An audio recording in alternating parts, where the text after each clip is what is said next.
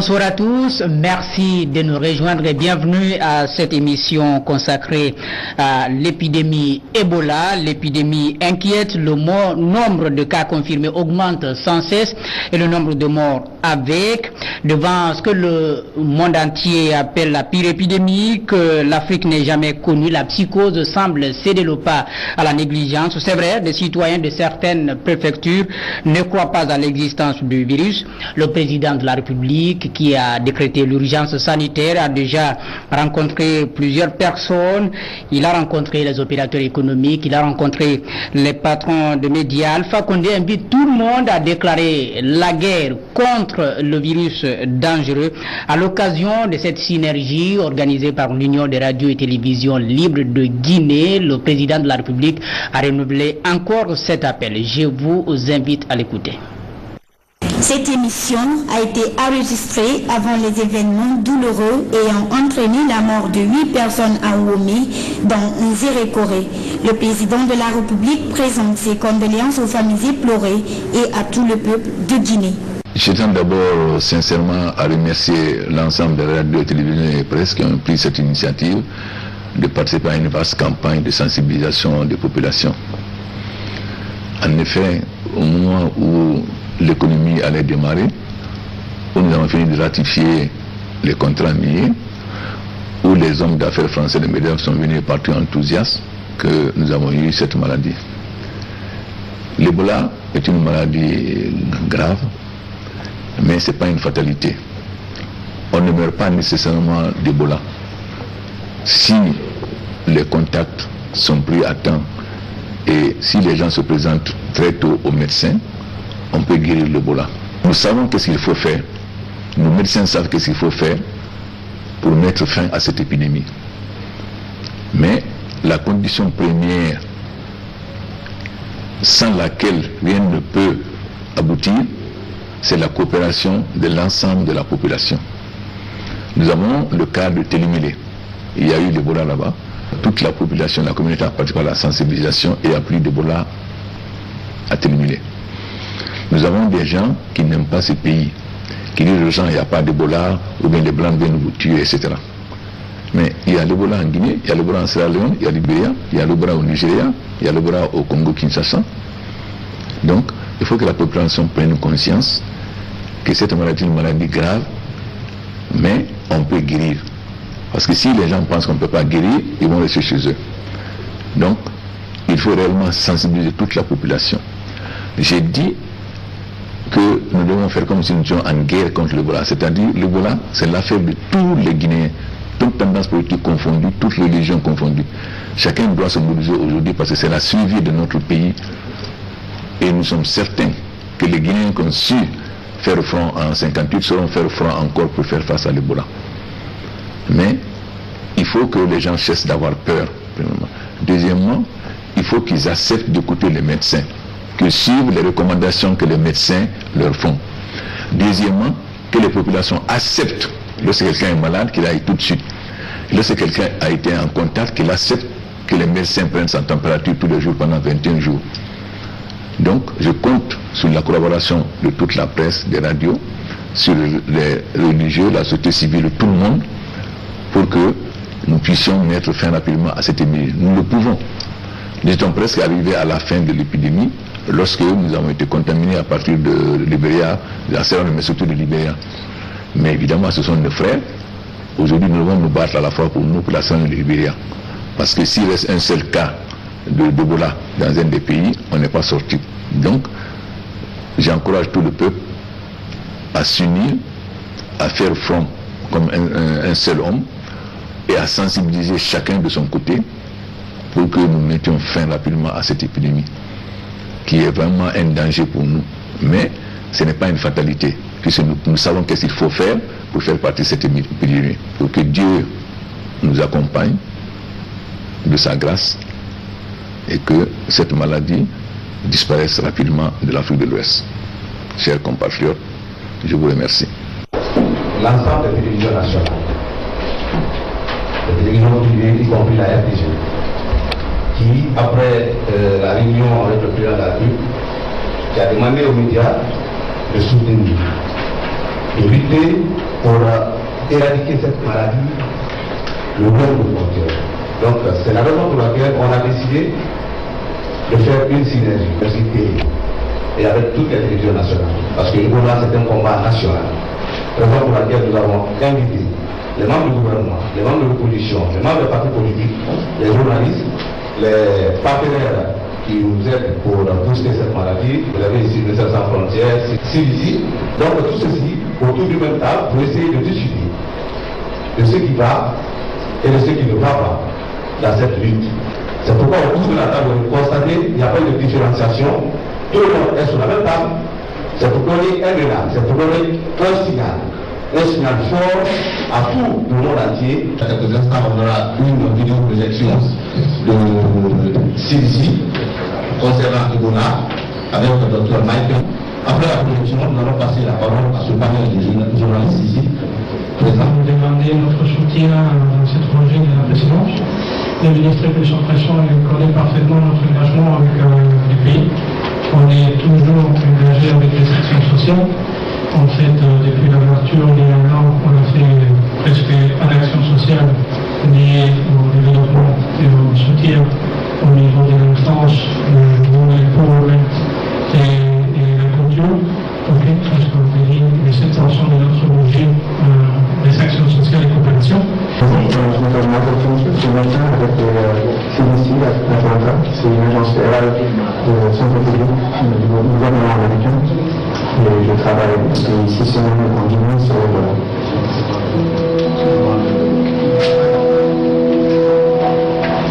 L'Ebola n'est pas transmis par l'air ou par l'eau ou par la nourriture, c'est transmis par le contact direct et ainsi que le report d'un malade guinéen d'Ebola ou d'une patient qui est très malade avec l'Ebola. Dans les cas endémiques, les cas que nous voyons, nous pouvons éviter à ce contact direct et intime. Comme soignant le malade à la maison, nous avons des soins qui ne se protègent pas en soignant les malades dans les centres de santé. Et les membres des familles ou des gens qui s'occupent des corps de malades préparent le malade sans se protéger. Si on parle de soigner un malade en famille, ce n'est pas la même chose qu'en Europe ou aux États-Unis. Chez nous, la maison est plus ou moins propre, on peut en 10 minutes par jour, sans beau, maintenir le malade propre. Et dans ce foyer, on retrouve l'Ebola en Afrique de l'Ouest, en Guinée. Ce n'est pas du tout le cas. Et c'est la difficulté qui maintient l'hygiène dans la maison et la maison de malade propre. Donc il y a beaucoup de vomissements, de diarrhée qui restent partout. Alors les gens qui soignent, ils sont en contact avec. Un exemple que je peux donner, c'est que parmi les cas que nous voyons en Guinée, nous voyons très peu d'enfants. Tout le monde qui a un enfant sait que les enfants touchent tout. Ils ne se lavent jamais les mains. Ils courent partout, ils sont là par terre. Donc on imagine que si l'Ebola était vraiment très contagieux, il y aura beaucoup d'enfants qui l'attrapent. En réalité, ils sont très peu. Et c'est parce qu'ils ne font pas les deux choses qui transmettent la maladie.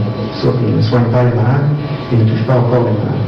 Donc les bagagistes, les personnels de sol, s'ils ne font pas ça, ils n'ont pas de risque d'attraper l'Ebola.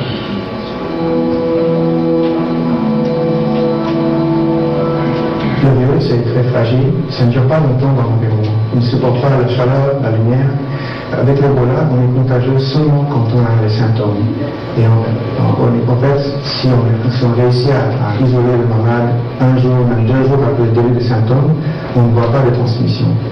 Et parlant de ce début de maladie, il n'est pas question d'un début brutal de vomissement, de diarrhée, ceux qui sont les fluides corporels les plus contagieux. Ça commence toujours avec fièvre, maux de tête, fatigue. Et donc c'est logique qu'il y a peu de transmission parce que ces symptômes n'ont pas une côté transmissible.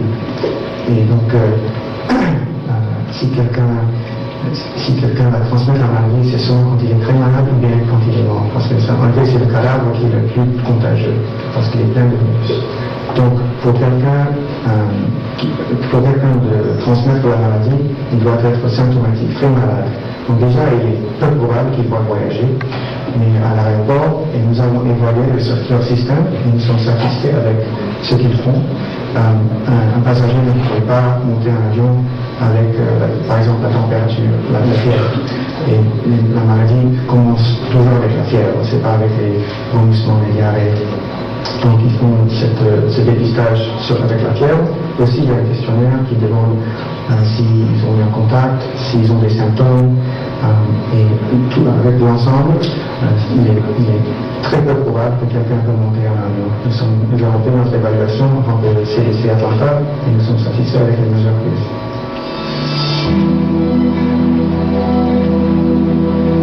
C'est possible. Quelqu'un ne peut pas avoir la fièvre, et si c'est vraiment un long voyage, il peut développer la fièvre.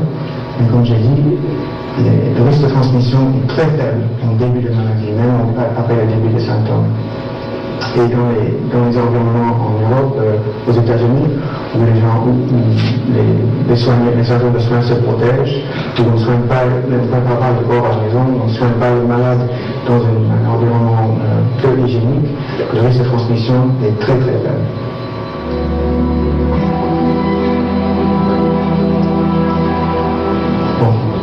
Je pense que normalement l'équipage, ceux qui vont rencontrer, c'est les gens qui ont la diarrhée ou les vomissements.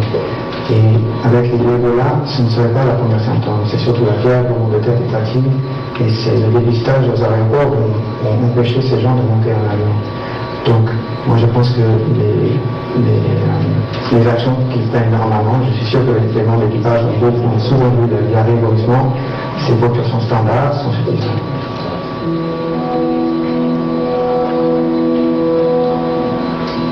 Oui, largement. La direction de l'hôtel est très sérieuse en ce qui concerne l'Ebola. Ils ont formé leurs employés. Ils ont un système de dépistage qui est même plus strict qu'ils en ont besoin, avec les contrôles de température chaque jour. Ils ont un questionnaire sur les symptômes et la possibilité d'avoir contact avec un malade. Ils sont très stricts avec le lavage des mains, l'utilisation de gel alcoolisé. Et puis nous, ici, nous avons fait une formation parmi ces employés pour essayer qu'ils deviennent des ambassadeurs dans le quartier, pour former leurs voisins, leurs membres de famille, dans de bonnes informations avec l'Ebola. Et ils ont déjà commencé à le faire.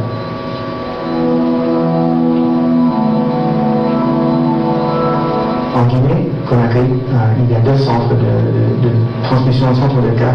Et en fait, c'est parce qu'il y a 2 centres de traitement gérés par MSF. Il y a un centre à Conakry, il y a un centre dans une ville qui s'appelle Guéguédou, qui est plutôt à l'est, vers la frontière avec Libéria. À Conakry, les cas que nous voyons, ils viennent de 1 cas, 2 cas de l'intérieur.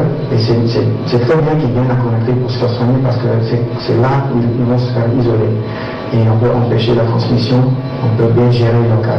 Il y a aussi des cas qui viennent de la frontière avec Sierra Leone, mais c'est la même chose, on veut qu'ils viennent à Conakry pour être isolés et bien gérés. Avec nous, c'est un peu la même chose. Les cas viennent parce que c'est là où ils doivent être isolés et traités, mais quand même, puisque c'est à côté du Libéria, qui est une situation plus grave que la Guinée, il y a des transmissions plus à l'est de Guéguédou que nous sommes en train de maîtriser. Bon, ce qui va arrêter cette épidémie, c'est surtout la surveillance. Et la surveillance a deux parties, 2 volets. D'abord, c'est la prise en charge de cas. On les isole, on essaie de les guérir et on identifie leurs contacts. La deuxième partie, c'est le suivi des contacts.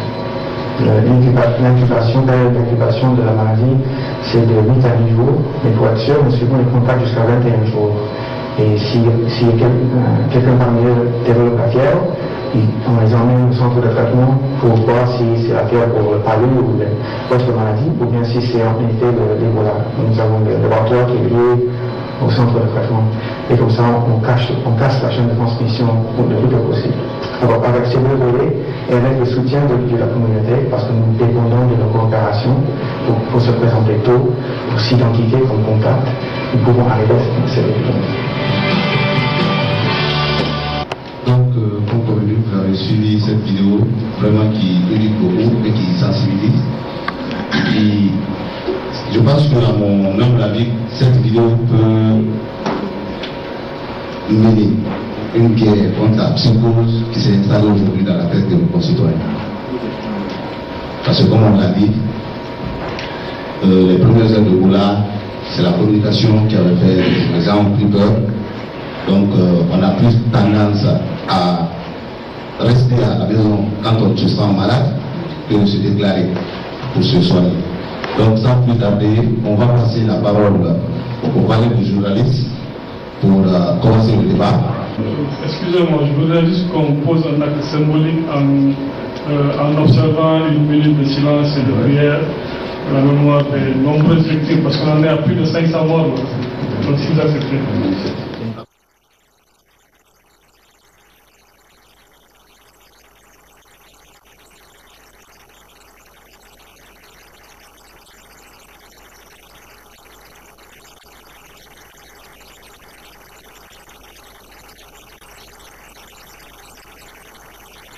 Qu'est-ce qui peut ou doit être fait aujourd'hui pour contenir la propagation du virus Ebola, ce virus dangereux? C'est pourquoi nous donnons la parole ce soir aux principaux acteurs impliqués dans la recherche de solutions.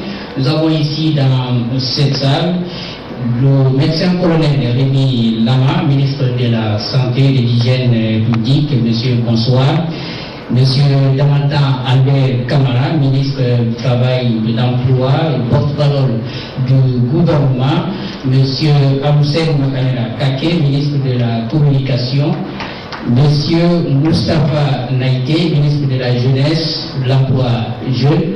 Et puis du côté des politiques, honorable Mouktar Diallo, député à l'Assemblée nationale, honorable Bakar Souma, député uninominal du UFDG à Dixine, M. Lansana Komara, secrétaire administratif du RPG Arc-en-Ciel, les représentants des médias aussi. Bienvenue à tous, et comme vous l'avez compris, il s'agit d'une émission de sensibilisation. Et alors, autour de moi, quelques journalistes pour orienter les discussions: Mohamed Djibril Kamara d'Espace TV, Aboubakar Kamara de la RTG, et Aboubakar Manet d'Évasion TV, Mouadouri Diallo de Diversité, René Ifono de Chéri FM TV. Et nous commençons avec René Ifono pour la première question, question qui sera adressée au Dr Sakouba Keïta, le coordinateur national de la lutte contre Ebola. Merci. Une fois encore, bonsoir. Ma question donc s'adresse au coordinateur national de lutte contre Ebola. Au cours d'une conférence de presse animée au siège de l'Organisation mondiale de la santé, la directrice de cette institution, Margaret Chan, a annoncé le bilan de 2400 personnes tuées par Ebola sur 4784 cas enregistrés en Afrique de l'Est. Alors dites-nous avec précision quels sont les chiffres donc, qui sont attribués à mon pays. Merci.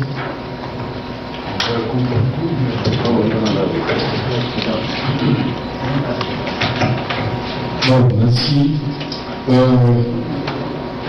Tout d'abord, je remercie tous les participants autour de cette table, car nous savons qu'avec l'ensemble ici présent, nous pourrons atteindre nos objectifs. Donc à ce jour, nous avons enregistré depuis le début de cette pandémie en décembre dernier 913 cas avec 777 décès.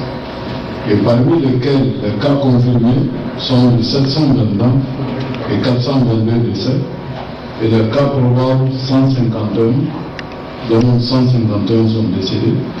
Et parmi les cas suspects, nous avons 33 et 4 décès. Donc, s'ajoute cette autre physionomie. Au jour d'aujourd'hui, nous avons près de 18 préfectures ou districts sanitaires atteints sur 34. Il y a 33, mais plus la ville de Conakry, ça fait 34. La seule région administrative épargnée aujourd'hui par cette maladie, c'est la région de Labé. Toutes les autres régions ont été touchées. Conakry, pratiquement, on a enregistré des cas dans les 5 communes. Parana, on a eu des cas à Bingiraï, Gaboula et Issidou. Dans la région de Mamou, nous avons Pita et tout dernièrement dans les 48 heures dans la partie de Mungoka. Et dans la région de Kindia, nous avons 4 préfectures sur 5. Vous avez Ferekaria, Dubreka, Koya et Télégré. Et dans la région administrative de Bokeh, nous avons la préfecture de Bokeh, 1 sur 5. La région de Kankan, il y a eu des cas notifiés à Sigiri, Kouroussa et tout dernièrement Kéboalé. De la région des Électorés, nous avons 4 préfectures sur 6, où il y en a à Guéguédou, Massanta, Yonou, les Électorés.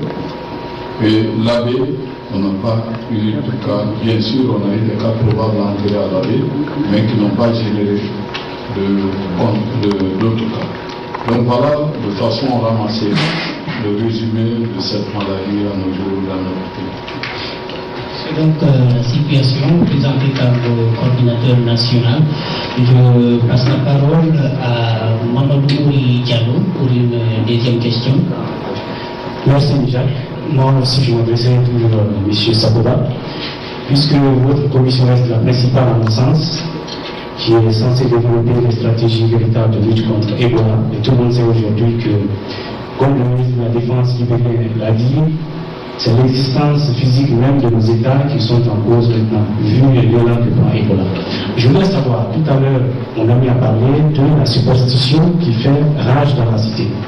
C'est que la majorité de nos parents, c'est dommage même des intellectuels aujourd'hui, souvent mettent en cause l'existence même de la maladie. Donc on la met soit sur le compte de la superstition, donc c'est mystique, ou sur le compte d'une sorte de politique, comme un virus transporté. Je veux savoir selon vous, quelle est la stratégie de communication que vous développez contre ce que je considère comme un obstacle à la lutte contre Ebola, c'est-à-dire casser cette superstition qui dit que c'est venu des diables ou des ancêtres qui sont fâchés contre nous.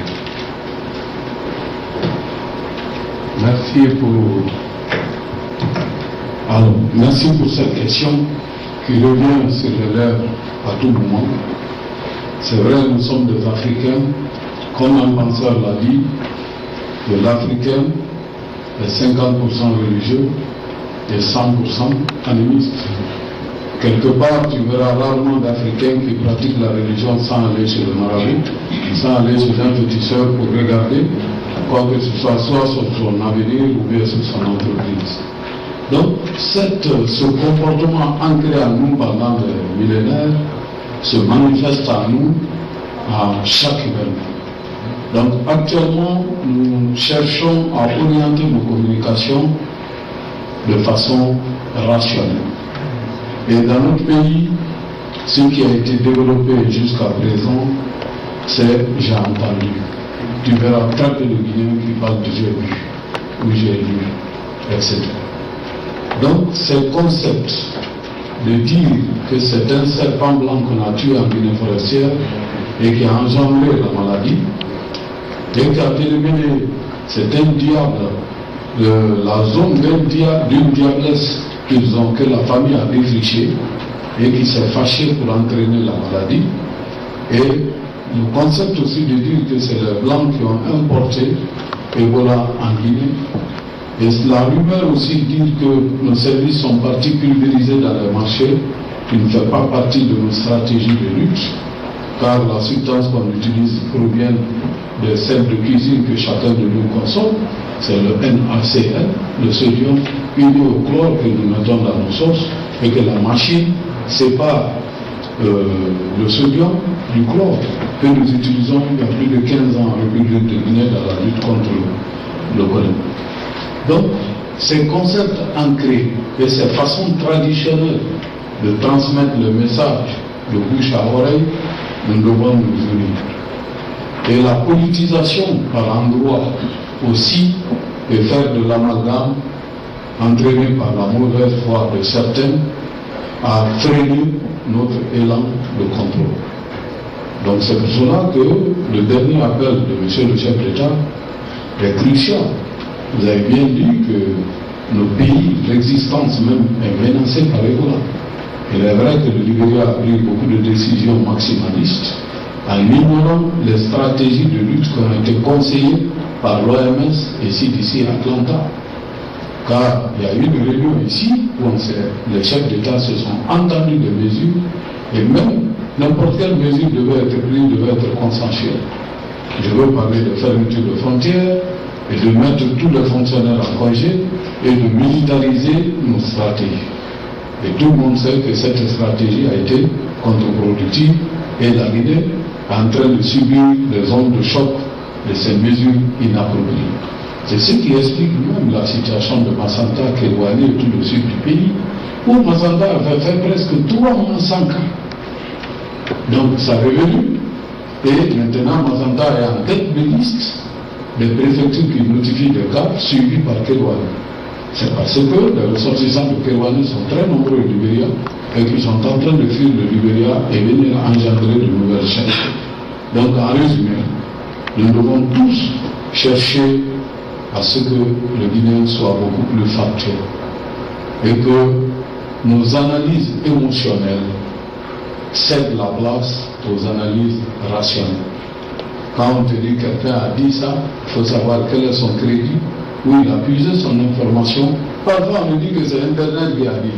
On oublie même que c'est quelqu'un qui met sur Internet. Donc quand c'est comme ça le raisonnement des gens, et souvent vous ne vous rendez pas compte l'effet négatif. Toutes les destructions que nos équipes sont en train de subir, c'est par l'effet négatif de ces rumeurs. À Zérokoré, on nous a dit qu'on a brûlé l'ambulance de Zérokoré, et alors que c'est des enfants qui ont mis le feu devant, et on a déplacé des contingents de militaires, ils ont rencontré la même équipe dans l'ambulance qui est entrée à Zérokoré, alors que déjà le bruit avait fait tout le tour du pays. Donc voilà un peu l'effet négatif des rumeurs. Il faut que la presse qui aime beaucoup la sensation essaye d'être beaucoup rationnelle. Avec eux, ils ont entraîné beaucoup d'émotions et beaucoup de peur au sein de la population.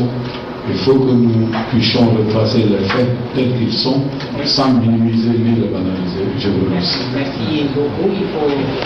Il faut préciser que nous sommes très nombreux et lorsque nous résumons nos interventions, nous allons gagner du temps. Nous allons continuer et dire aussi pour mes confrères journalistes que tous ceux qui sont autour de cette table peuvent prendre la parole, donc vous pourrez leur poser des questions. Je passe donc la parole à Djibril. Bonsoir à tout le monde. Peut-être avant de poser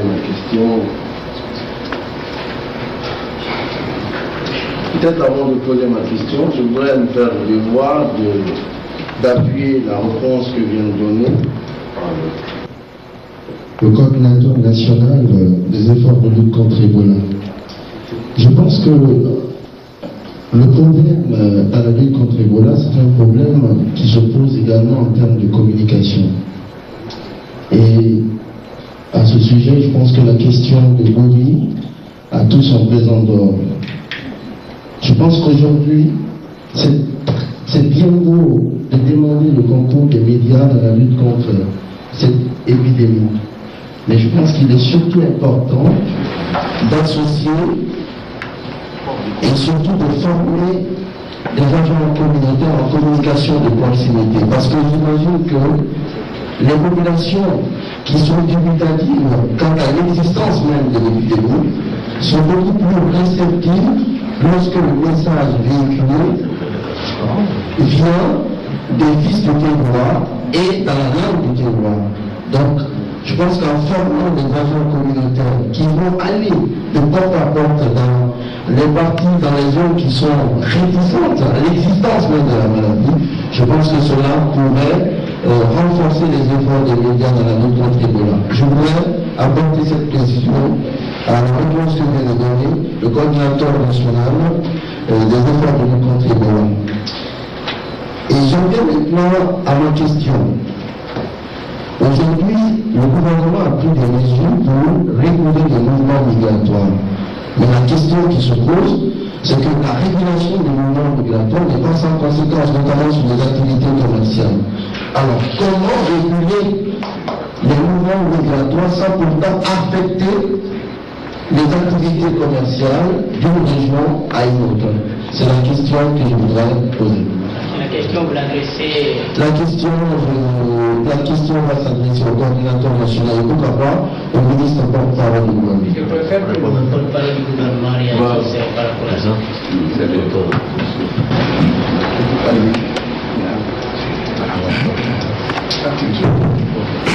Merci. Sur la contribution que vous venez de faire, je crois que le ministre de la Santé aura éléments de réponse à vous donner. Il y a effectivement une action faite par les agents communautaires avec du porte-à-porte dans le réseau national. Ça serait quand même un compte qu'on n'ait pas pensé à ça, que ce soit aujourd'hui qu'on se rappelle à cette méthode. Ça se fait. Maintenant, on peut toujours l'améliorer. Sur les conséquences économiques et sur le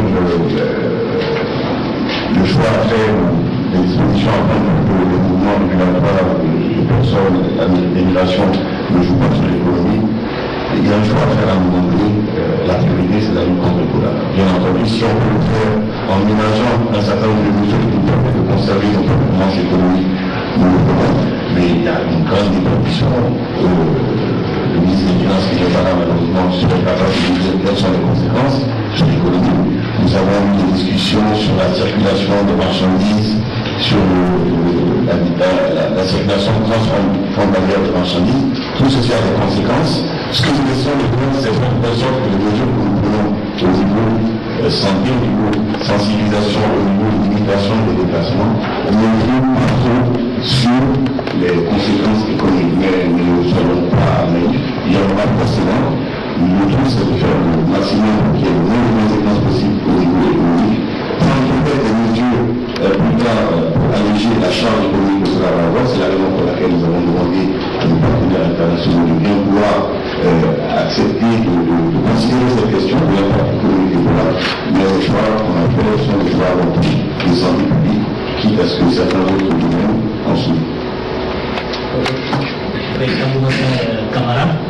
Là, moi, je ne vais pas réagir sur la même question. Cette fois-ci, je voudrais plutôt interpeller les représentants du peuple, les honorables députés. Donc, question à nos députés. J'ai du mal à comprendre l'hésitation qu'ils manifestent jusqu'ici à accompagner la politique gouvernementale dans le cadre de la lutte contre cette maladie, cette épidémie Ebola. Juste rappeler qu'à la sortie de la première session de l'Assemblée, ils étaient nombreux à se rendre à l'intérieur du pays pour faire les comptes rendus, des mobilisations. Pourquoi pas, quand Ebola commence jusqu'ici, il n'y a personne sur le terrain pour agir ainsi.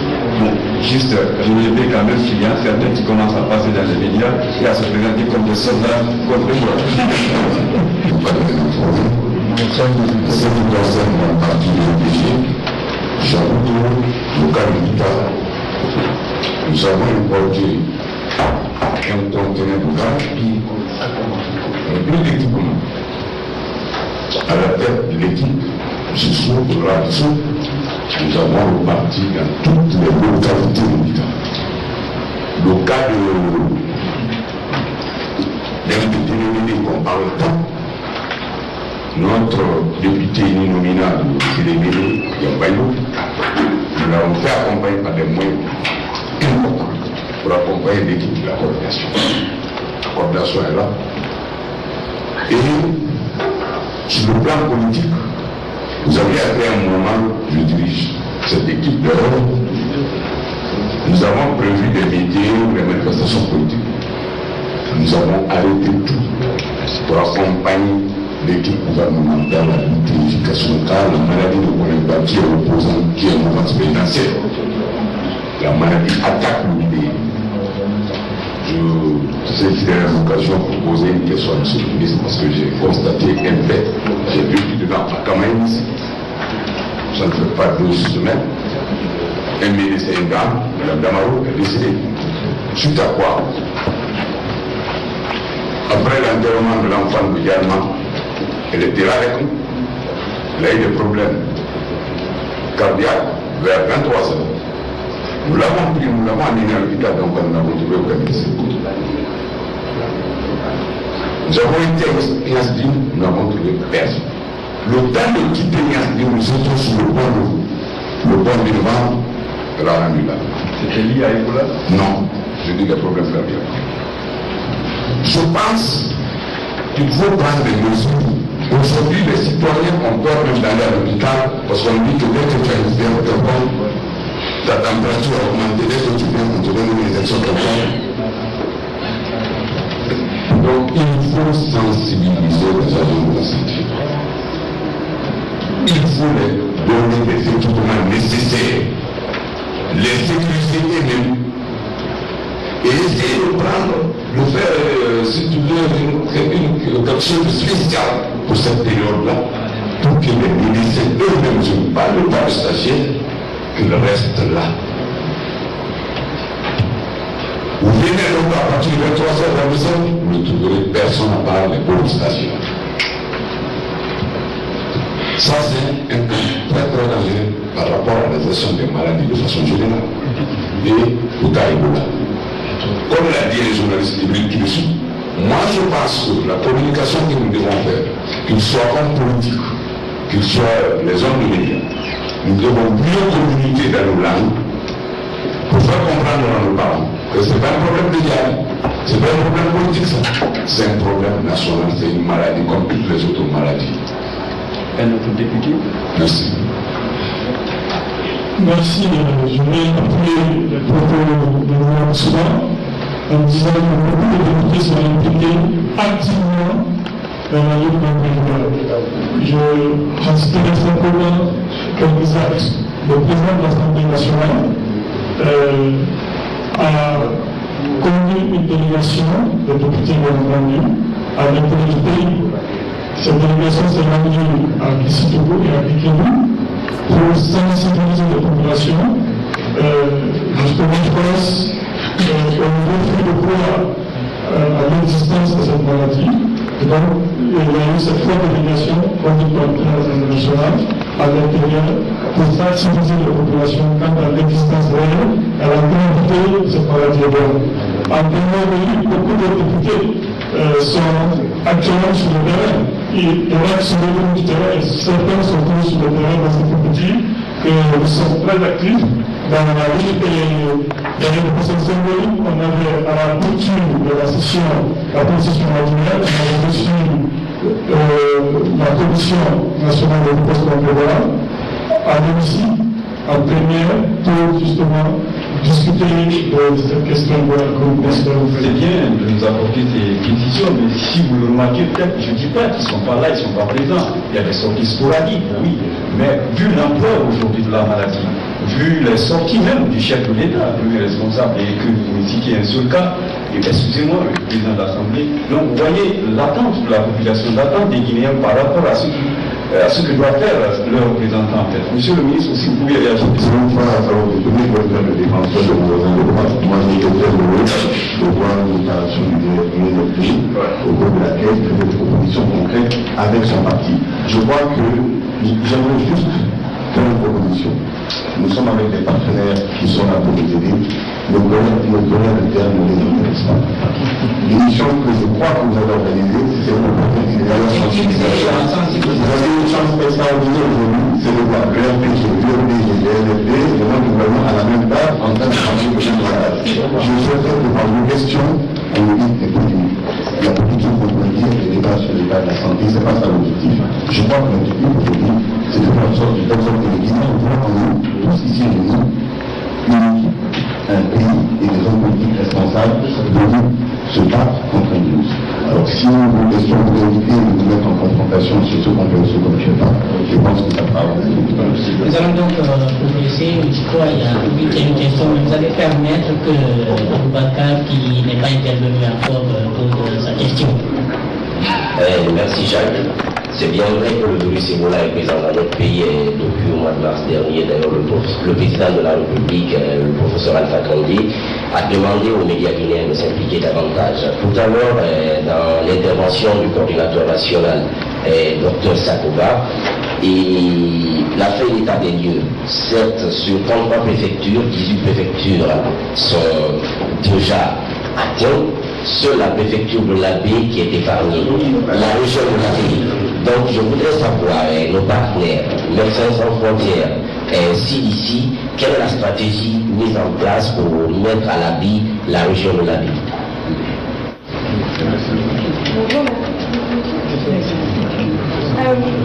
Vous m'entendez?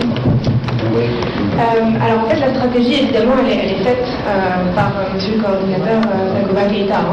Nous sommes les partenaires et nous tentons d'aider au mieux nous dans le domaine purement médical de la prise en charge, et d'autres dans le domaine de l'épidémiologie et de la sensibilisation. La stratégie, je peux en dire les grandes lignes, c'est d'ouvrir un centre de transit dans chaque préfecture touchée, puis dans chaque préfecture à risque. Donc le centre de transit, c'est comme un petit centre de prise en charge qui permet à du personnel formé, il sera formé par nous ici à Conakry, et donc l'idée c'est de former les gens pour éviter que le personnel de santé se contamine et pouvoir isoler certains patients qui sont suspects, les envoyer à Conakry pour qu'ils aient la meilleure prise en charge possible dans le centre spécialisé. C'est ça les grandes lignes, en tout cas de ce qui concerne les préfectures. Merci beaucoup. Nous allons continuer. Maintenant, je pose la question au ministre de la Santé et le constat, je crois, honorable Souma est revenu un peu là-dessus. Je ne sais pas si vous étiez dans la salle. C'est par rapport à l'hôpital national d'Oka où les malades semblent déserter un tout petit peu ces derniers temps. Et quand quelqu'un est malade, il a peur de venir à Doka, alors que c'est là-bas se trouve le centre national de traitement contre cette épidémie. Qu'est-ce que vous faites aujourd'hui pour convaincre davantage tous ceux qui ont fait les cas suspects à se transporter dans cet hôpital? Ok, merci. Avant de répondre à votre question, je voulais apporter une précision par rapport à une de vos questions qui ont été posées tout à l'heure concernant l'aspect social. Et il y a juste 3 jours, j'ai reçu un monsieur qui est venu du Folgaga, accompagné d'une dame intellectuelle qui s'est dit tradipraticienne et a un pouvoir de culte, traité Ebola. Alors, il a été heureusement préparé par un conseil de police qui avait un Toulouse autour de lui et de moi. Dès que je suis fait informer, je demande de faire parvenir le département. Et avant qu'il arrive, j'ai appelé mon numéro de communication. Il dit je veux qu'il m'envoie des journalistes, des caméramans, qu'on puisse interviser. Le monsieur est venu, on a reçu le bureau. Alors, j'ai appelé le camp pour l'écouter. Il dit qu'il a fait un rêve, qu'il a le pouvoir de chasser Ebola et on lui donne tout. Il dit bon, avant qu'on nous dise quoi que ce soit, essayer de faire une démonstration. Qu'on soit vraiment rassuré que vous voulez. Alors, il a demandé ce qu'on entend. Il dit non, il faut faire la démonstration sur les carreaux. Alors je l'ai amené dans la salle de manger. Puis encore une dame qui s'explique très français. Alors il a ouvert son petit sac. Il a mis un tas de colis. Alors il dit à la compagnie, il dit oui, d'interpréter ce qu'il va dire dans sa incantation. Alors il a essayé de manipuler le colis. Manipuler. Il dit voilà, je prenais à chasser ce niveau-là. Et donc, il a déjà fait ça commence à faire des mais c'est extrêmement grave. Imaginez ce monsieur est venu du fauteuil. Je demande de tout ici. Déjà comme ça peut passer. Une assemblée nationale, que la population le voit, qu'il s'exprime et qu'on voit c'est la possibilité. Je crois que ça peut nous aider à lutter contre cette maladie. Mais malheureusement, sur la date, on n'a pas connu ces images sur le pays des écrans. Et au-delà des aspects liés à la gestion de la publique, pour que nous réussissions cette lutte, sans dommage, il faut une bonne collaboration avec nos communautés. Tant que c'est pas ça qui peut prendre en compte, j'avoue, ça demande énormément de temps. Un autre exemple. Il y a 2 jours, c'est pour ça que je suis dit, il y a des groupes qui pourraient faire la vie, soi-disant, il y a un groupe de médecins qui sont des médecins, pour ceux qui se disent avoir les vaccins contre Ebola. Et si on avait la vie, quand ils vont être en quartier, ou certains terrains, malheureusement, avant que nous rendions, ils sont des personnes. Ils se sont rendus à Télébélé. À Télébélé, ils sont rentrés, je crois, on est aujourd'hui dimanche, le jeudi. Il y a eu des personnes qui sont rentrés à Télébélé, ils sont allés voir, je crois, le maire. Ils ont eu la mission de leur entreprise.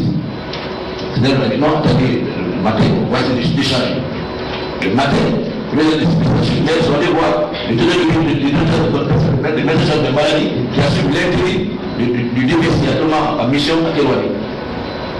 Il envoie notre mission, il a une mission. Il quitte là, il veut maintenant, dans les quartiers, il va commencer à vacciner les gens. C'était si comme un général nous a vu, il a appelé le colonel Diallo, le gouverneur de la ville, il y a une équipe qui est managée par cette santé, qui appelle à la vaccination, la première là. Dès que je peux remettre, j'ai ordre ces agents de les mettre sur vos arrêts et de péter le document. Le préfet a été préparé, on les a pris au lieu de la préfecture. On contrôle le chef de notre mission, tout à l'heure confus. On leur demande qui nous a envoyé, il les a mandatés, et les a vérifiés les produits, ils voient que c'est des produits indiens. Donc, le général du commandant de la gendarmerie, je l'ai demandé à ce qu'on connaît, transfert à Conakry. Donc, ils sont déjà en discussion de la gendarmerie. Vous pouvez maintenant répondre à la question. Il faudrait que je donne le frère pour cette information. Vous n'avez pas cette information, on ne parviendra pas à donner. C'est ça l'information. C'est seulement qui entrave la réponse. Nous avons juste un problème de temps. D'accord. Si on rapport à la question, je dis, passez mon expression, je m'inscris en faux quand j'apprends que nos hôpitaux sont aujourd'hui déserts. Je m'inscris en faux. Sur le cas, au début, c'est pas maintenant, au début, les gens n'ont pas d'information, les gens continuent à appliquer les hôpitaux. C'est pas aujourd'hui qu'on va que les personnes vont vivre. Ça, je suis vraiment, je ne peux plus. Et vous pouvez aller vérifier. Pas la suite des médecins, mais est-ce que les malades ont je dis, les malades continuent à fréquenter les structures sanitaires. Merci beaucoup. Pour une question. Mais moi, je voulais compléter ceci. Parce que ce que le ministre vient de dire, c'est important. Il faut que les Guinéens cessent de donner des impressions à partir de leurs sentiments. Aujourd'hui, nous savons qu'on a perdu 30% de nos consultations, mais ça continue. On a été félicité par la communauté internationale de maintenir les services. Mais dès que quelqu'un vient, il n'est pas satisfait, il dit que c'est tout le monde. J'entends les Guinéens dire à la radio, 70% des Guinéens passent comme ça. Quelle enquête il a menée? Où sont les résultats? Validés par qui? Quelles ont été les règles? Il y a les règles de sondage. Mais ce n'est pas à partir de ton cas que tu vas généraliser. Donc c'est vrai que souvent, quand vous ne parlez pas avec les chiffres, nous sommes fait reporter parce qu'on a les bilans. Et on nous donne des rapports tout le temps. Ce n'est pas possible. Moi, je sais que les prestations ont baissé de 30%. Ce n'est pas que c'est zéro. Il y a des chiffres à donc. Et vous pouvez même faire le pointage par jour du nombre de personnes qui viennent se faire consulter. Merci. Alors, moi, ma question s'adresse au ministre porte-parole du gouvernement. Malheureusement, le ministre des Transports n'étant pas là, et je crois qu'il pourra bien répondre à cette question. Au fait, c'est sur la sensibilisation. Tout à l'heure, vous avez parlé du recrutement d'agents communautaires en répondant à la question de l'un de nos confrères. Mais au-delà de la population, parce qu'aujourd'hui, le gouvernement de la Guinée inquiète plus les Guinéens. Et on risque, quand on va un peu au virus Ebola ou à la catastrophe sanitaire, on risque d'ajouter la catastrophe alimentaire, voire économique, au niveau du transport aérien. Donc, dites-nous concrètement, qu'est-ce que le gouvernement fait dans ce sens, afin de sensibiliser les compagnies aériennes aujourd'hui qui ont cessé justement de servir la Guinée, afin que celles qui sont déjà présentes maintiennent justement ce service, et que celles qui sont parties reviennent très rapidement, parce que cela aussi est un aspect très important. Merci. Je crois que vous avez tout à l'heure dans le reportage le rapport que le responsable de CIVIC a fait sur les dispositifs qui sont en place dans l'aéroport, que nous avons mis en place d'abord pour lutter contre l'épidémie, mais aussi pour rassurer ceux qui prennent l'avion et les responsables des compagnies aériennes. Aujourd'hui, l'être humain, quelle que soit sa nationalité et son continent, devient irrationnel face à la peur, face à l'inconnu. Et ça, il n'y a pas grand-chose que vous pouvez faire contre ça. Quand vous voyez défiler à l'écran 2400 morts en Afrique de l'Ouest, quand on ne fait pas les statistiques par pays, qu'on ne dit pas quels sont les cas probables, depuis combien de temps ça dure et quel est le rapport journalier, ça met la panique. Et aujourd'hui, les compagnies aériennes sont un peu les otages de leurs syndicats qui ont peur. Maintenant, ça commence à se stabiliser. C'est pour ça qu'on félicite particulièrement la France à travers Air France, le Maroc à travers la Royal Air Maroc, et ainsi de suite, la Belgique. Mais il y a des choses sur lesquelles Dr Sakova et le ministre de la Santé n'auront jamais 10 minutes comme le consacrer ici à aller sur le plateau de TF1 de France 2 pour expliquer tout ce qui se passe et relativiser cette épidémie. Les gens ont peur. C'est par cascade de responsabilité. Un chef d'entreprise ici, un responsable de compagnie aérienne, lui, il ne peut pas être responsable d'un malade de son entreprise. Il ne prendra pas le risque de le faire. Ce que nous pouvons faire, c'est augmenter la communication ici et à l'étranger. Vous avez vu une mission du ministre Fall avec plusieurs acteurs de l'aéroportuaire en France pour expliquer ce qui se passait. Les gens savent, mais devant l'algorithme de coordinationnel et le principe de précaution, certains préfèrent choisir la solution de la possible. Nous espérons que les pressions qui sont en train d'être mises par les Nations Unies, l'Union africaine et d'autres nos partenaires permettront aux compagnies qui continuent de desservir la ligne de continuer à le faire et aux autres de revenir sur leurs décisions. Une question pour le ministre de la Jeunesse, oui. En mission du ministre de la Jeunesse, parce que tout à l'heure, il a été dit que c'est un combat qui est phénoménalement pour la vie guinéenne. Très récemment, nous avons entendu qu'il serait question de limiter un bon nombre de jeunes qui doivent s'impliquer aussi dans la lutte contre Ebola. J'aimerais savoir comment allez-vous vous y prendre, comment vous comptez les soutenir afin que ces jeunes-là soient des véritables acteurs de lutte contre Ebola. Ça monsieur le ministre de la Jeunesse. Rapidement, monsieur le ministre de la Communication aussi, respectivement. Je vais savoir, monsieur, ça va tout à l'heure, orienter la communication de façon rationnelle. Donc, je veux savoir, entre la Guinée et la Sierra Leone et Libéria, est-ce que vous vous réjouissez de votre stratégie de communication aujourd'hui? En ce qui concerne ce que Guinée a dit, la communication à la base, est-ce que cela manque à votre stratégie de communication? Est-ce que vous comptez l'améliorer? Voilà ce que je voulais. Monsieur le ministre. Merci beaucoup. Je pense que Ebola aujourd'hui interpelle tous les Guinéens et nos partenaires aussi. Le président a demandé un sursaut national et nous, à l'occasion de la journée nationale de la jeunesse qui sera célébrée le 25 septembre, nous avons dit que nous allons mobiliser, parce que c'est une de nos missions aussi, mobiliser les jeunes autour des valeurs nationales de solidarité, de paix et de citoyenneté, de civisme aussi.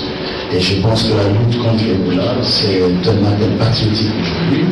Quand on voit que les investisseurs sont partis et que les hôtels se vident et que le pays est en train de, au fur et à mesure, de s'isoler, il est important que la jeunesse guinéenne se mobilise pour non seulement sensibiliser la population par rapport à cette maladie, avec les moyens qu'il faut pour se protéger, mais aussi lancer une vaste campagne de communication à travers les réseaux sociaux pour dire que la Guinée vit tout simplement et que malgré cette maladie qui existe, on ne nie pas l'existence de la maladie, mais nous allons nous battre pour ne pas que notre pays soit un pays paria.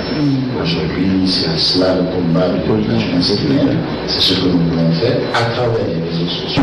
Puisque les médias étrangers ne nous ont pas fait cadeau, nous pensons que la dynamique que nous avons lancée autour des réseaux sociaux avec le hashtag NoPsychose Guinea Stick Up et avec la page Facebook dite non à l'isolement de la Guinée, nous pensons que tant soit peu, nous pouvons envoyer d'autres images qui pourront contredire l'image négative aujourd'hui qui est envoyée de notre pays.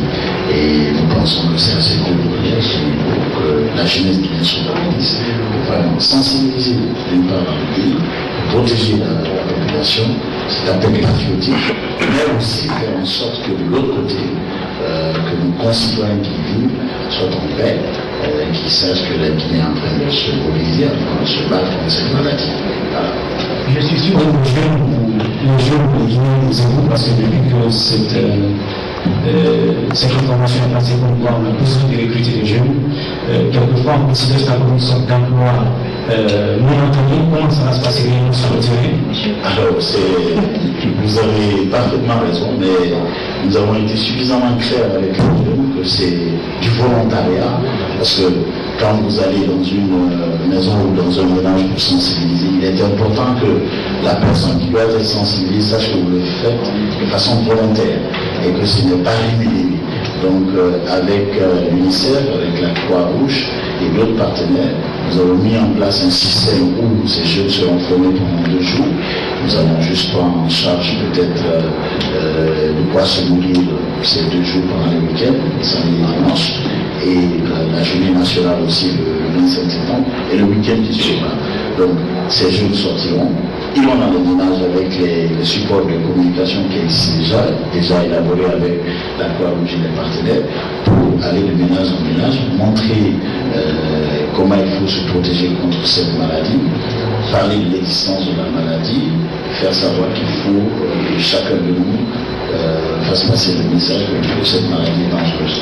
Mais nous avons fait passer un message très clair que ce n'est pas rémunéré, et aujourd'hui beaucoup de jeunes, beaucoup d'associations sont déjà venus vers nous et qui ont déjà donné la liste des jeunes qui veulent participer. Et à la fin, si vous permettez, à la fin de cette campagne, nous allons leur délivrer un certificat qui sera signé du ministre de la Santé, du ministre de la Jeunesse et des partenaires comme l'UNICEF, pour leur délivrer un certificat qui peut les servir dans 10 ans, 20 ans, 30 ans, et qui se sont délivrés comme des soldats de la République pour combattre la maladie de Ebola.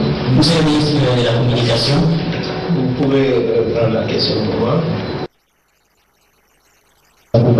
En termes de communication, de stratégie de communication pour casser cet argument de la superstition en un mot. Donc il a pas demandé la communication de façon rationnelle, quelles sont les stratégies de communication pour que, à l'intérieur du pays, nos parents qui sont là-bas, qui ne croient pas, soient véritablement rassurés que la maladie existe, et comment est-ce qu'il faut faire vraiment pour être impliqué aussi dans la lutte contre Ebola. Et puis, entre la Guinée et la Sierra Leone, le Libéria, est-ce que vous vous réjouissez du rang que la Guinée a dans sa stratégie de lutte contre Ebola, même si ce n'est pas une concurrence dans cette lutte contre Ebola? Je voudrais rapidement vous dire que je commencerai mon intervention par féliciter notre système sanitaire. Il faut les féliciter et les saluer, parce que nous avons géré cette maladie il y a plus de 8 mois. Par comparaison avec les autres pays qui ont commencé il y a 2 mois, vous-même vous avez suivi le ministre de la Défense, Libéria, qui dit que c'est l'existence même de leur État qui est menacée. Mais lorsqu'on parle de la communication, ce n'est pas seulement par la parole, ce n'est pas seulement par les médias, la radio, la télévision, mais même le mouvement des gestes sont importants dans la communication. C'est pourquoi il y a un geste symbolique de grande valeur qui a permis aux Guinéens d'espérer et de pouvoir tenir le coup. C'est le geste du chef de l'État, le président de la République, professeur Alpha Condé. Quand il s'est déplacé lui-même, il est parti jusque là où il y a l'épicentre de la maladie. Il ne s'est pas limité à ça. Il est descendu, il a marché à pied, il a serré les gens, il les a donné de l'espoir. Ce geste, pour celui qui n'a pas fait une analyse profonde, pense que c'est un geste banal, mais ça avait tout son pesant d'or. C'est ce qui a fait que la Guinée a résisté. Par contre, par la communication, c'est qu'au départ, nous avons un peu péché. Puisque l'homme tient à la vie, il cherche à espérer même là où il n'y a pas espoir. Lorsque vous ne lui donnez pas espoir à l'hôpital, évidemment, il va se retourner chez les charlatans. C'est pourquoi au début, lorsqu'on a dit qu'il n'y a pas de vaccin, il n'y a pas de médicaments, les gens se sont réfugiés sur ceux-là qui pouvaient les donner à espérer. Nous avons changé ce système de communication aujourd'hui. Nous renforçons en disant plus vous venez tôt à l'hôpital, mieux vous avez de chances de survivre. Ça, c'est le premier aspect. Le second aspect, vous avez le poids de la tradition et de la religion. Quand vous prenez, le coordinateur le disait tout de suite, le plus grand taux de contamination, nous l'avons avec les corps.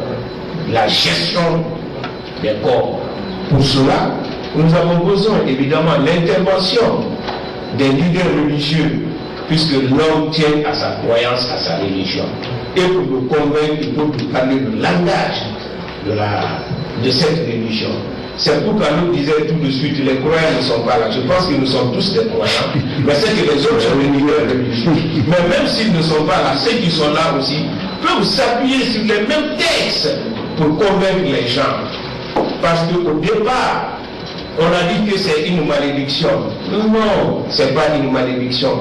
Dans le Coran, Dieu a dit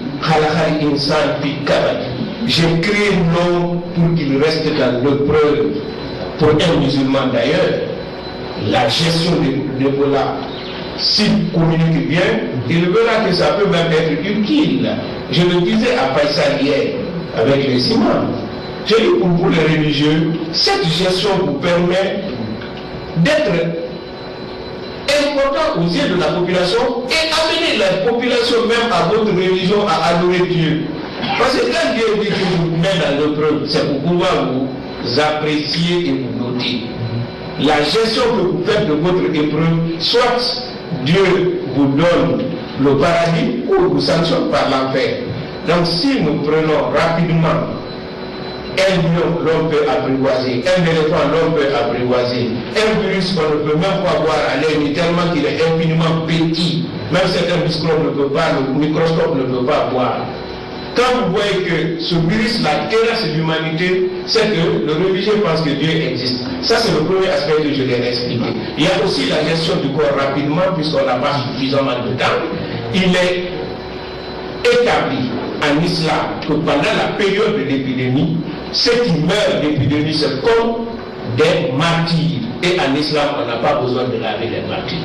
Troisième point important, c'est qu'il n'est pas dit qu'il faut être près du corps pour faire la prière sur lui. On a vu les gens qui sont morts à la Mecque, on a exécuté les prières mortuaires ici à Conakry. C'est pour dire que l'homme en général, l'islam n'a pas mis une charge sur l'homme qu'il ne peut pas supporter. Et ce qui est valable pour l'islam, l'est aussi pour le christianisme.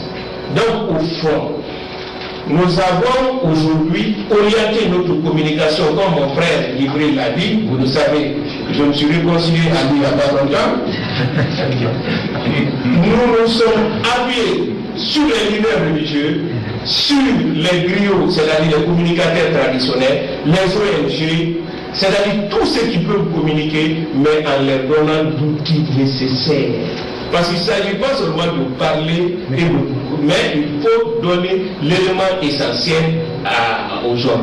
Par rapport maintenant à l'aspect transfrontalier, il y a, si c'est Dr Navarro ou qui hier, nous étions ensemble au petit bateau, il a attiré mon attention pour qu'on puisse coordonner nos efforts de communication au niveau de 3 pays qui sont touchés et au-delà même des pays qui sont touchés. Parce que nous avons dit que pour prendre le virus dans la tenaille, il nous faut d'un côté le ministère de la Santé et de l'autre côté la communication pour faire la chaîne de contamination. Alors, nous allons poursuivre. Il y a les représentants des médias qui souhaitent intervenir. Il y a aussi les représentants des partis politiques. Les opérateurs économiques aussi. Je pense qu'on va passer la parole, si vous permettez, M. Camara, à M. Lansana Komara, et juste après on revient aux médias. M. Komara du RPG Arc-en-Ciel, si vous avez une question précise. Moi, je sais pas pour poser une question, c'est une contribution. Je crois qu'il est important que nous, les communicateurs, on propose quelque chose. En matière de communication, je pense que vous comprenez. Il est dit qu'il y a certaines règles, certains principes à respecter. Si, en matière de communication, vous communiquez pendant 1 mois, 2 mois, 3 mois, 4 mois sur une situation qu'on peut considérer comme un accident, une tragédie, et que la situation continue à croître d'une manière exponentielle, c'est qu'il y a une petite panne dans la communication qu'il faut régler tout de suite. Pour changer de fusil d'épaule, où ces communicateurs vont punir le laisser la communication. C'est un principe qu'il faut respecter. Moi, je félicite bien la commission, elle est en train de travailler, elle est en train d'abattre. Mais il y a des failles. Qu'il faut vérifier. La communication, on dit, il y a 3 tabous sur lesquels il faut taper. Ça n'a pas commencé par nous. Depuis toujours, il y a eu des accidents dans l'histoire. Et quand on parlait des religieux, le 7e siècle, le prophète a eu des problèmes. Le virus, la rage, ça devait décimer toute l'Arabie Saoudite, toute l'Amérique. Et le prophète qui les guidait, c'était un analphabète accompli. Il n'a pas la science, il n'a pas le savoir, il n'a rien. Et les fidèles, vous êtes mourir. Là, il devrait leur envoyer un message pour dire, informe des fidèles, la solution c'est quoi? Quand un chien, parce que la rage des chiens, c'est le réservoir principal, laisse une assiette bonne, laver les assiettes 7 fois par l'argile. 7 fois par l'argile. Les scientifiques ont vérifié normal. Parce que l'argile, c'est quoi? C'est des silicates d'aluminium, le magnésium de potassium. Ça est proposé antiseptique. Ça sauve vie. Et le gouvernement s'en fait. Dans cette presse, nécessairement, il enseignait, il diffusait, il communiquait. On va essayer d'être un peu bref. Bien, oui, écoutez, c'était une petite page d'histoire, et c'est important de le savoir. Maintenant, moi, ce que je propose comme stratégie, quand il y a un problème, un accident, vous posez des questions. Le communicateur doit poser des questions. Et sinon, je vois, il y a 4 ordres de questions qu'il faut répondre. Vous ne pouvez pas m'écouter, vous ne pouvez pas l'appliquer. Mais si on ne tape pas sur le tableau là, on aura des problèmes, et on aura de très beaux jours de rien. 4 ordres de questions. Les questions d'ordre éthique, les questions d'ordre descriptif, les questions d'ordre normatif et les questions d'ordre prescriptif. La Sourelle nous a enseigné cela. La Sourelle a dit quand il y a un problème, il y a des questions. Qui a fait quoi, ou avec quel canal, et sur quel impact. Nous aurons l'occasion de... Non, peut-être que... Laissez-moi poser le scénario. Maintenant, le premier scénario de stratégie, c'est ça, les questions d'ordre éthique. L'éthique, c'est quoi, c'est le moral? Est-ce qu'on a le temps d'expliquer? Il y a 4 stratégies, mais sinon, tu vous envoies une documentation sur ça, on n'a pas le temps. Merci beaucoup, monsieur Camara. Nous allons passer la parole aux opérateurs. Voilà, moi j'ai 2 questions. La première question s'appelle justement aux opérateurs économiques privés, puisqu'ils sont ici représentés dans la salle. C'est vrai que le 3 septembre, vous avez été reçu par le président de la République et à chaud, vous avez annoncé beaucoup de montants. Mais dites-nous concrètement à quel niveau se situe votre participation en termes de sensibilisation. La deuxième question s'adresse à nos partenaires MSF et CDC. Et souvent on entend dire que telle personne a été guérie d'Ebola, puisque vous nous dites que vous vous occupez surtout de la prise en charge des malades. Dites-nous concrètement comment nous vont justement traiter quelques malades d'Ebola. Merci. Je suis Mansa Moussa Sidibé, je reprends peut-être opérateur économique et je suis le porte-parole de l'opérateur économique pour la question Ebola. Lorsque nous avons été interpellés par le chef de l'État, nous avons répondu massivement. Nous avons été sensibilisés par le chef de l'État. Il lui a dit surtout que ce n'est pas une contribution simple qu'il demande de nous. Il demande que nous ayons avec lui déclencher la hache de guerre contre l'État. Et j'avoue que les opérateurs nous avons pris comme tel cette préoccupation. Et aujourd'hui, nous sommes confrontés à 2 fronts extrêmement importants. Le front humanitaire, Ebola détruit, de tuer les hommes. Mais de l'autre côté, c'est le plan économique qui sont en train de chuter. Complètement chuter. Aujourd'hui, vous allez dans les hôtels, vous allez dans les aéroports, vous allez dans les marchés, vous trouvez une situation catastrophique. Et c'est pourquoi les opérateurs économiques, tout de suite après notre sortie des bureaux de chef de l'État, nous avons mis en place une commission nationale qui essaie de sensibiliser, qui essaie de faire la collecte des apports de contribution de tous les opérateurs économiques. Depuis les 6 heures jusqu'au plus grand riche de l'État. Nous avons eu déjà la commission est mise en place. Nous avons été un peu handicapés par le déplacement sur le Maroc. Mais aujourd'hui, tout est repris dans les conditions normales. nous avons eu devant le chef d'État et devant le Premier ministre des informations sur des contributions de riz, des contributions de moto, des contributions de boissons, des contributions des gants, des contributions de carburant et d'argent.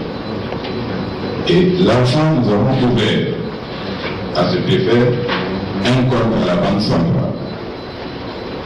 Ce compte s'appelle Ebola, contribution opérateur économique. Il est ouvert. Il a commencé à recevoir de l'argent. Je ne peux pas vous dire maintenant combien il y a dedans parce que nous sommes arrivés vendredi du Maroc. Samedi, dimanche, j'attends que nous ne sommes pas. Je pense que demain, nous aurons toutes les informations sur ce qui est versé. Mais ce qui est déjà dans les mains de celui qu'on a laissé ici, de ceux qu'on a laissé recueillir les contributions, c'est important. Et demain, nous pourrons verser le tout dans ce porte-là. Et ce qui, d'ailleurs, nous avons pris rendez-vous avec le coordinateur national que nous avons donné, nous, l'occasion de féliciter M. Sakoba pour tout ce qu'il a fait jusque-là. Et féliciter le gouvernement pour ce qui se fait. Et excusez-moi, il y a un point important qui n'a pas été évoqué, ou évoqué d'une certaine manière. Le ministre a parlé de Dieu en parlant de Bola.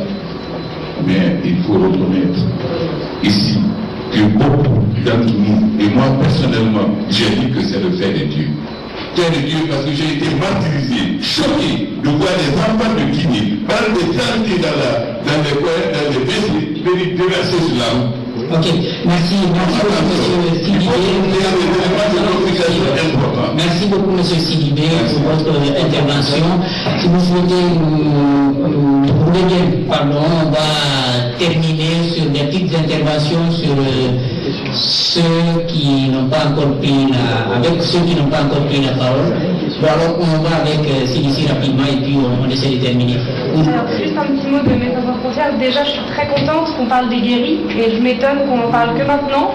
Parce que ça fait déjà longtemps qu'on parle, on a beaucoup parlé des morts et il y a beaucoup de guéris. Donc voilà, c'était la première chose. Merci de poser cette question-là parce que c'est très important.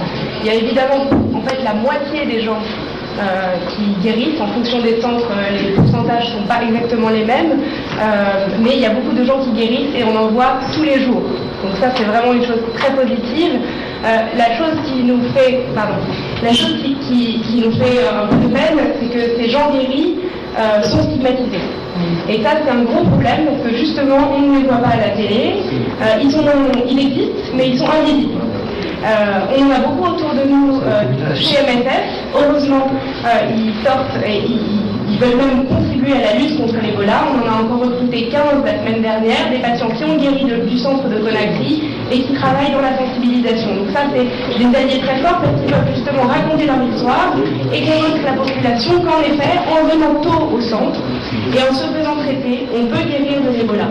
Quand on a parlé au début de la maladie de pas de vaccin, pas de traitement, 90% de mortalité, ça, il faut comprendre ces chiffres-là. 90% de mortalité, c'est ce qui est possible pour cette souche-là de la maladie si on ne prend pas en charge le malade. Heureusement, si on vient au centre et qu'on se fait traiter, ce taux-là, il diminue complètement drastiquement, surtout si on vient tôt. Ça, c'est une première chose.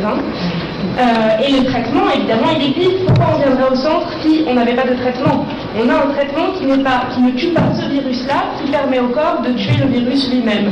C'est-à-dire qu'on renforce le corps avec des médicaments symptomatiques, un traitement symptomatique. Donc, si on a par exemple des vomissements, on va traiter les vomissements. Si on a une déshydratation, on va traiter la déshydratation. Et tout ça permettra au corps d'être plus fort et donc de battre lui-même la maladie. C'est pour ça, encore une fois, que les survivants sont aussi des héros. Les survivants sont ceux qui ont réussi psychologiquement et physiquement à s'en sortir. Donc moi je pensais que peut-être à la fin de la session, on a fait 1 minute de silence pour les personnes qui sont décédées. Je pense qu'on pourrait faire un applaudissement pour les personnes qui ont survécu. Merci beaucoup, nous sommes vraiment pris par le temps. Vous voulez souhaiter continuer avec ces échanges. Si d'ici, je ne sais pas, mais vraiment... Nous sommes pris par le temps, là c'est une précision. Vous intervenez pour 30 secondes. 30 secondes, juste pour dire qu'un malade ne peut pas être ne peut pas revenir chez la famille, sauf si on fait un test biologique et on trouve qu'il n'a plus le virus. D'accord. Juste pour dire que c'est très clair, on n'en voit pas quelqu'un qui est encore infecté à la famille. Alors, je ne sais pas, il y a quelqu'un qui voulait vraiment une question pour le porte-parole du gouvernement. Je ne sais pas si on peut attendre que ceux qui n'ont pas encore pris la parole la prennent rapidement pour 30 secondes. Je commence avec M. Das et puis nous partons de l'autre côté. C'est juste pour profiter de cette émission pour annoncer qu'à la suite de la mise en place de la nouvelle stratégie qui suit la déclaration d'urgence sanitaire du chef de l'État, une coordination nationale a été mise en place. Et je crois que vous avez suivi le gouvernement Dr Sakura qui est à la tête de cette bulle. Désormais, donc, nous allons essayer de changer la stratégie de communication en s'adressant directement à cette structure de coordination nationale. Nous allons à une communication active. Il faudrait que chacun le sache. C'est dépasser le temps des définitions, c'est dépasser le temps des réflexions, c'est dépasser le temps des concertations. Je crois que depuis 6 mois, nous avons déjà tout réfléchi, tout écrit. La stratégie guinéenne est devenue une école. La preuve, nous étions à 2 malades. On avait même démantelé le centre de traitement de Massaka lorsque ça a rebondi en Sierra Leone. Donc, le temps de la conception et des grosses définitions s'est terminé. Nous souhaitons à présent ceux qui veulent aller sur le direct, nos journalistes, ceux qui veulent aller constater sur le terrain, ainsi ceux qui peuvent assurer des synergies avec les radios rurales dans les langues nationales. Je crois que c'est à cela que j'interviens maintenant. Pour ceux qui veulent communiquer, ONG, artistes qui veulent s'ennuyer, coloniens qui veulent intervenir, c'est terrain désormais, ce n'est pas comme président. Merci beaucoup. Ndoye pour 30 secondes. Oui, j'avais une question pour monsieur le ministre de la Santé. Et on ne peut plus prendre les questions à ce stade. Oui, ok, d'accord, très rapidement, je vais aller. C'est un cas qui s'est passé à Pita. Une femme qui avait été prise à Pita. Et on l'a envoyé forcément à Conakry pour suivre un test après avoir vomi parce qu'elle a présenté un symptôme, elle a vomi, alors on l'a pris 4 minutes, on l'a envoyé sur Conakry forcément. Et après on a vu que le test était négatif. Donc monsieur le ministre de la Santé, est-ce que forcément il faut prendre les gens qui présentent, si vous voulez, les premiers symptômes, Mali Militari, pour les envoyer, et après il en découle que le test est négatif. Ça c'est un deuxièmement. Tout à l'heure on a parlé de marabout qui était venu pour rendre visite, le marabout qui disait pour avoir le pouvoir de soigner, ou bien, disons, d'éradiquer la maladie. Je vous demande, est-ce que forcément c'est une piste qu'il faut écarter, parce que quelqu'un disait, quelqu'un disait un jour que quand vous êtes malade, venez prendre place à un carrefour, et naturellement, tous les patients qui viennent, vous allez trouver quelqu'un parmi ces patients-là qui vont trouver la solution de votre maladie. Est-ce que forcément c'est une piste qu'il faut écarter? Merci, monsieur le ministre. Alors, si vous permettez, oui, rapidement, avant la réaction du ministre. Bon, moi, c'est juste une question que je voudrais faire, parce que l'un des défis que le gouvernement a à résoudre, la coordination nationale, c'est de convaincre la population à croire que la maladie existe. Donc, j'aurais souhaité qu'on fasse intervenir les malades guéris d'Ebola à visage découvert qui témoignent pour dire oui, moi j'étais malade d'Ebola, mais je suis guéri. Ça aura 2 impacts. De l'un, les citoyens, ceux qui n'avaient pas encore pris, ils vont dire oui, c'est une réalité parce que moi j'en ai vu. Il y a des gens qui nous disent dans le quartier, moi on a toujours parlé d'Ebola, mais je n'ai jamais vu quelqu'un qui est victime d'Ebola. Donc ces témoignages pourraient résoudre ce problème. Deuxième volet, c'est de dire oui, comme moi j'ai vu quelqu'un qui était malade, il est guéri, donc j'ai la chance si je suis malade, quand je vais à l'hôpital, je pourrais être guéri également. Merci beaucoup. C'était une proposition. Alors, Je ne sais pas si vous avez votre question, mais... C'est pas une question, je voudrais juste accorder des violons avec le ministre porte-parole du gouvernement sur le fait qu'on peut à la fois prendre des principes de précaution sans affecter pour autant la poursuite normale des activités économiques. On peut les tempérer, certes, parce qu'il y a quand même des postes de contrôle qui disposent de mécanismes de surveillance qui sont capables, qui sont susceptibles de détecter des cas d'Ebola. C'est important parce que lorsque on sacrifie la poursuite normale des activités économiques sous l'autel du principe de précaution, je pense que cela risque considérablement de saper les efforts du gouvernement, notamment dans la protection des... Merci beaucoup.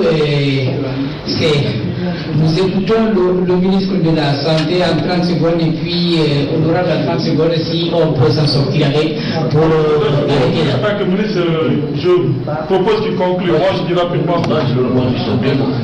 Bon, l'exemple que je viens de donner, c'est juste pour dire nous ne nions pas les vertus de notre médicinale, nous ne nions pas tellement les capacités de notre allimentation, mais pour nous, nous ne pas prouver le problème par Ebola, c'est vraiment une demande du 47.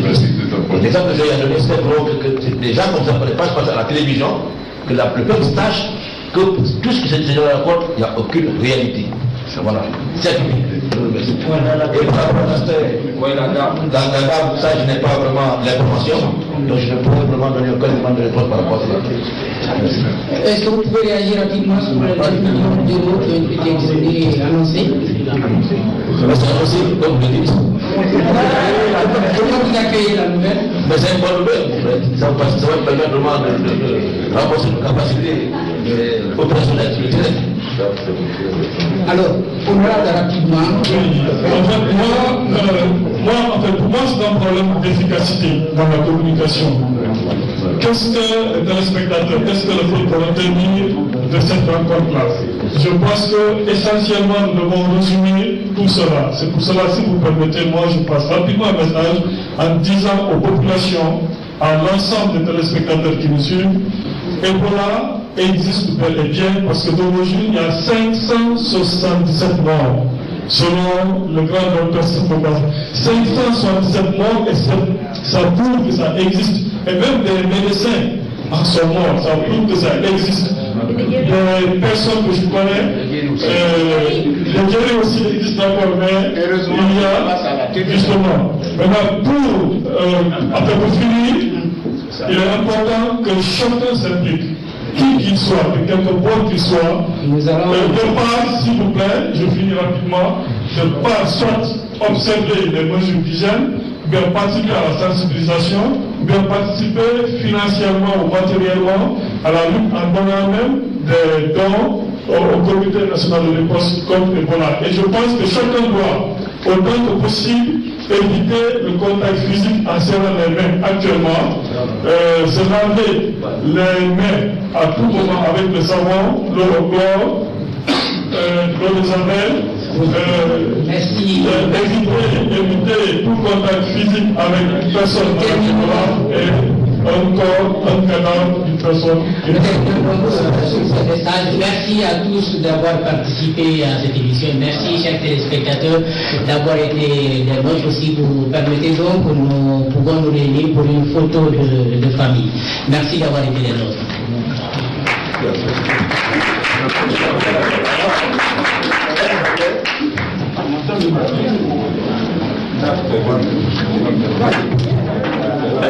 Voilà, donc, non, on peut rester à vos places respectives, s'il vous plaît. Restez à vos places. Alors, on va prendre la photo de famille comme ça, avec le symbole, vous connaissez les annoncés. Restez à vos places respectives.